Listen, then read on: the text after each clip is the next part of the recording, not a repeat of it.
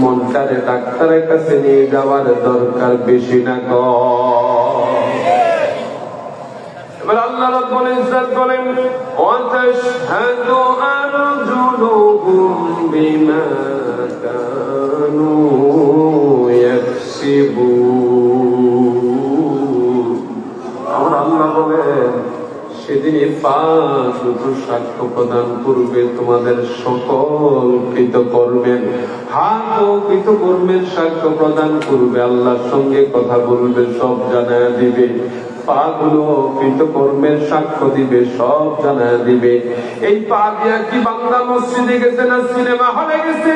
এই পা দিয়া কি বান্দা আল্লাহর ঘরে গেছে না মাদকের ঘরে গেছে? এই পা দিয়া কি বান্দা মাহফিলে আসছে নাকি জুয়ার আসরে গেছে? এই পা দিয়া কি বান্দা আল্লাহর কালামের আইন বাস্তবায়নের সাথে জড়িত হয়েছে নাকি এই পা দিয়া অন্যায়কারীদের সাথে মিশ্রিত হয়েছে? আমার আল্লাহর দরবারে সকল কিছু কর্মের সাক্ষ্য এই পা গুলো দিয়া দিবে। সেজন্য হাত পা কোনো কিছুই আমাদের না। দুনিয়াতে বলি হাত আমার, পা আমার, কিন্তু আল্লাহর কথায় বোঝা যায় আল্লাহর হুকুম ছাড়া এগুলো কোনো কাজ সেদিন করবে না, ঠিক কিনা? তাহলে আমি চলবো কার নিয়মে? বলেন না, কার নিয়মে? আমি চলবো কার হুকুমে? আমি চলবো কার আদর্শে?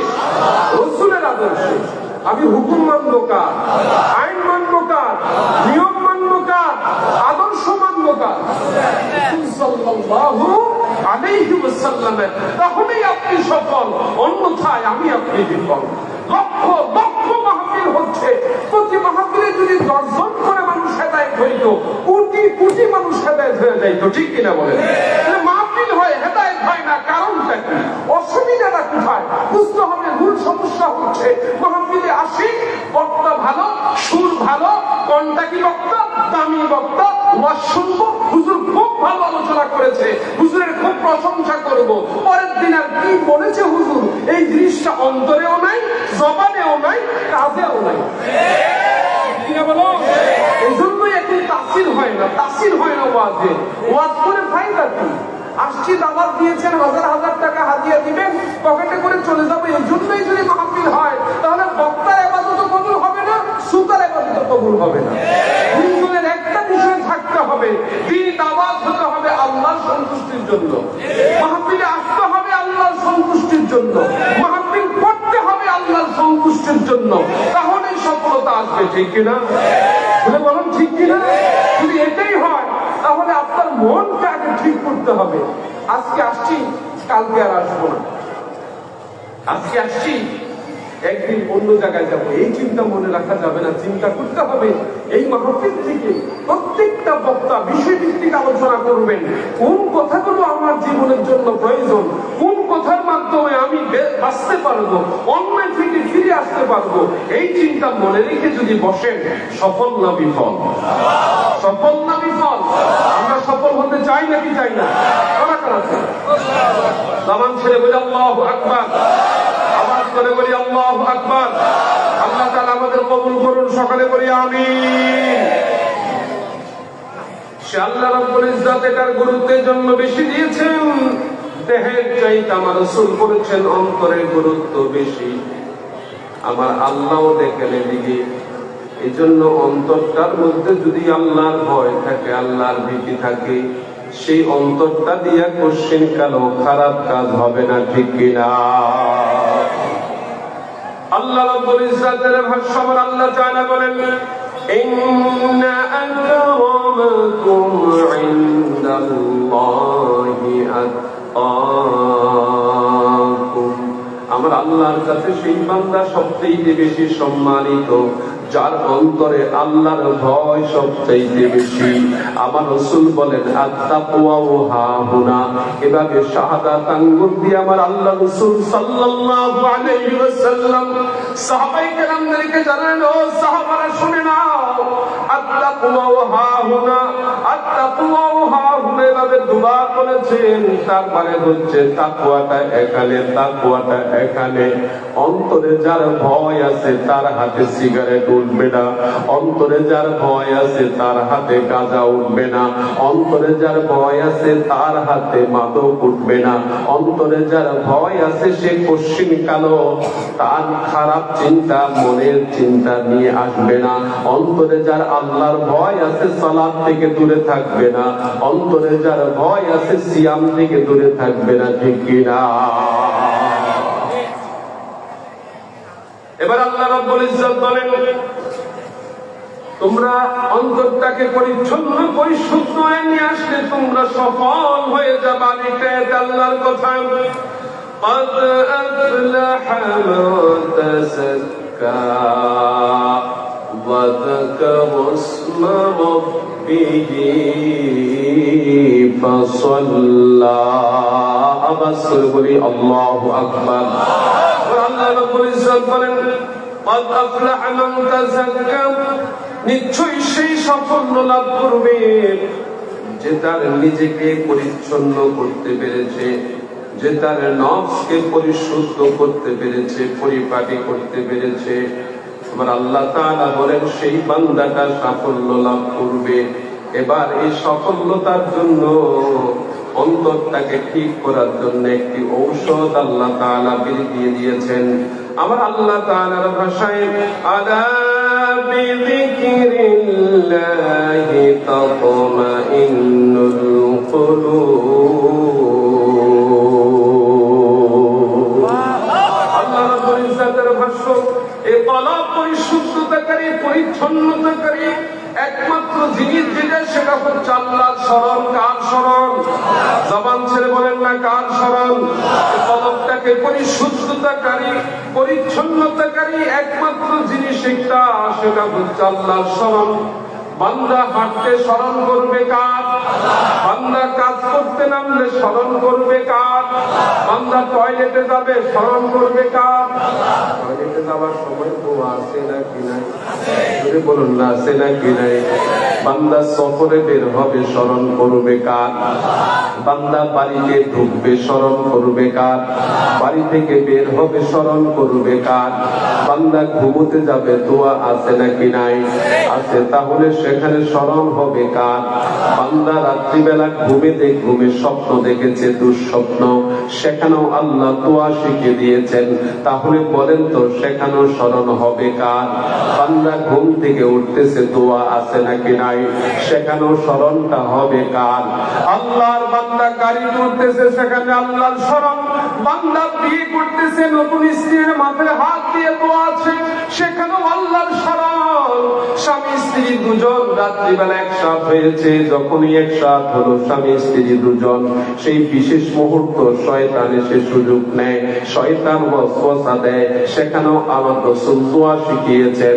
ওই দোয়াতেও আল্লাহর স্মরণ নিয়ে আসা হয়, তখন আর শয়তান সেখানে প্রবেশ করতে পারে না। তাহলে যেই বান্দার অন্তরে আল্লাহর স্মরণ বেশি, ওই বান্দা শয়তানের ওয়াসওয়াসা থেকে দূরে থাকতে পারে, ওই বান্দার নফসটাও পরিচ্ছন্ন হয়ে যায়, পরিশুদ্ধ হয়ে যায়। জোরে বলি সুবহানাল্লাহ। জবান ছেড়ে বলে আল্লাহু আকবার। তাহলে এখানে স্মরণ থাকবে কার? জবান ছেড়ে বলেন না স্মরণ থাকবে কার? আল্লাহ রাব্বুল ইজ্জতের স্মরণ হবে বান্দার কাছে সবচেয়ে বেশি। আল্লাহর স্মরণ কেমন হবে? আল্লাহ তাআলা ডেকে বলেন, ইয়া আইয়ুহাল্লাযীনা আমানু যকুরুল্লাহা যিকরান কাসীরা।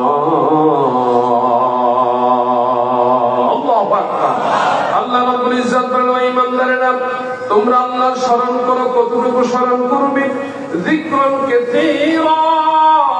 তোমরা আল্লাহর স্মরণ করো, বেশি বেশি স্মরণ করো, বেশি বেশি স্মরণ করো। মানে আল্লাহর স্মরণ যার অন্তরে থাকবে তার অন্তরটা পরিচ্ছন্ন। এই ঔষধ আমাদেরকে দিয়েছেন কে? জোরে বলুন না কে? আল্লাহ তাআলা আমাদেরকে এটা দিয়েছেন। আল্লাহ এক জায়গায় জিকিরের ব্যাপারে বলছেন, কেন জিকির করব, বেশি জিকির কেন করব? আল্লাহ তাআলা বলছেন, ওয়াযকুরুল্লাহা কাসীরান লাআল্লাকুম তুফলিহুন।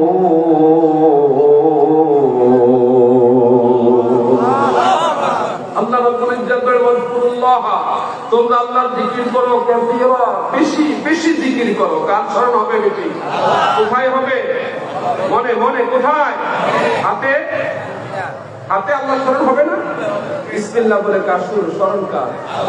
জবানে বিসমিল্লাহ বললাম, জবানে স্মরণ কার?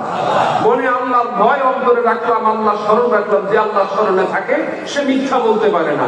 যে আল্লাহ স্মরণে থাকে সে জুলুম করতে পারে না। যার মনে আল্লাহ স্মরণ আছে সে সালাত ছাড়তে পারে না। যার মনে আল্লাহ স্মরণ আছে সে সিয়াম ছাড়তে পারে না। যার মনে আল্লাহ স্মরণ আছে সে অহংকার করতে পারে না। যার মনে আল্লাহ স্মরণ আছে পশ্চিমকালও সে হিংসা করতে পারে না। ঠিক কিনা? এজন্য স্মরণটা বেশি লাগবে। কেন করবো? লাআল্লাকুম তুফলিহুন। আল্লাহ তাআলা বলছেন যাতে তোমরা কামিয়াবি অর্জন করতে পারো, সফল কাম হতে পারো, সেজন্য তোমরা আল্লাহর স্মরণ বেশি বেশি করো। এটাই হচ্ছে সর্বশ্রেষ্ঠ। আল্লাহ তাআলার ভাষা ওয়ালা যিকরুল্লাহি আকবার। আল্লাহর জিকির হচ্ছে সর্বশ্রেষ্ঠ। তাহলে আমাদের মনে যদি আল্লাহর স্মরণ থাকে, এই মন আর কলুষিত হবে না। কথা কি বুঝতেছেন? এই মনে যদি আল্লাহর ভয় থাকে, এখানে যদি আল্লাহর স্মরণ থাকে, তাহলে এটা নষ্ট হবে। এবার আল্লাহ রাব্বুল ইজ্জত বলেন ফাসাল্লাহ। ওখানে বললেন তোমার রবের নাম স্মরণ করে। স্মরণটাই হচ্ছে আত্মশুদ্ধিটার মূল ঔষধ। বাংলা বলবো না? এবার হচ্ছে সালাত। আল্লাহ রাব্বুল ইজ্জত বলেন তারপর ওষুধ হচ্ছে তোমার সালাত। ইন্নাস সালাতা তানহা আনিল ফাহশাই ওয়াল মুনকার। নিশ্চয়ই সালাত সকল ফাহিশা কাজ থেকে বিরত রাখে, দূরে রাখে, সরায়া রাখে। কিন্তু এখন হয়ে যাচ্ছে উল্টা। মুখে দাঁড়িয়ে আছে, মাথায় টুপি আছে, সালাত আদায় করে সুদ খায়। আছে নাকি নাই? দাঁড়িয়ে আছে, টুপি আছে, সালাত আদায় করে মসজিদে 1 নাম্বার কাতারে বসে বড় বড় লম্বা লেকচার দেয়, কথা বলে, কিন্তু 1 নাম্বার ঘুষখোর, ঘুষ ছাড়া বিচার করে না। আছে নাকি না? হয়তো আমি করে নাই, অনেক জায়গায় আছে। মসজিদে বড় বড় কথা বলে, মসজিদের দায়িত্বে থাকে, মাদ্রাসার দায়িত্বে থাকে, কিন্তু সুদ ছাড়া চলে না। লম্বা লম্বা দাড়ি, খুব সুন্দর দাড়ি, সুদ খায়, সালাত আদায় করে, সুদ খায়। তাহলে এটা কি সালাতের দোষ? নাউযুবিল্লাহ বলি, জোরে বলি নাউযুবিল্লাহ। সালাতের দোষ নয়। আমার রাসূল বলেছেন খুশু দিয়া সালাত আদায় করতে, অন্তরে আল্লাহ ভীতি নিয়ে সালাত আদায় করতে, এমন ভাবে সালাত আদায় করতে বলেছেন যে আল্লাহকে তুমি যেন দেখো এমন ভাবে, যদি চর্ম চোখে আল্লাহরে দেখা না যায়, এটা ভাবো আল্লাহ তোমাকে দেখতেছে।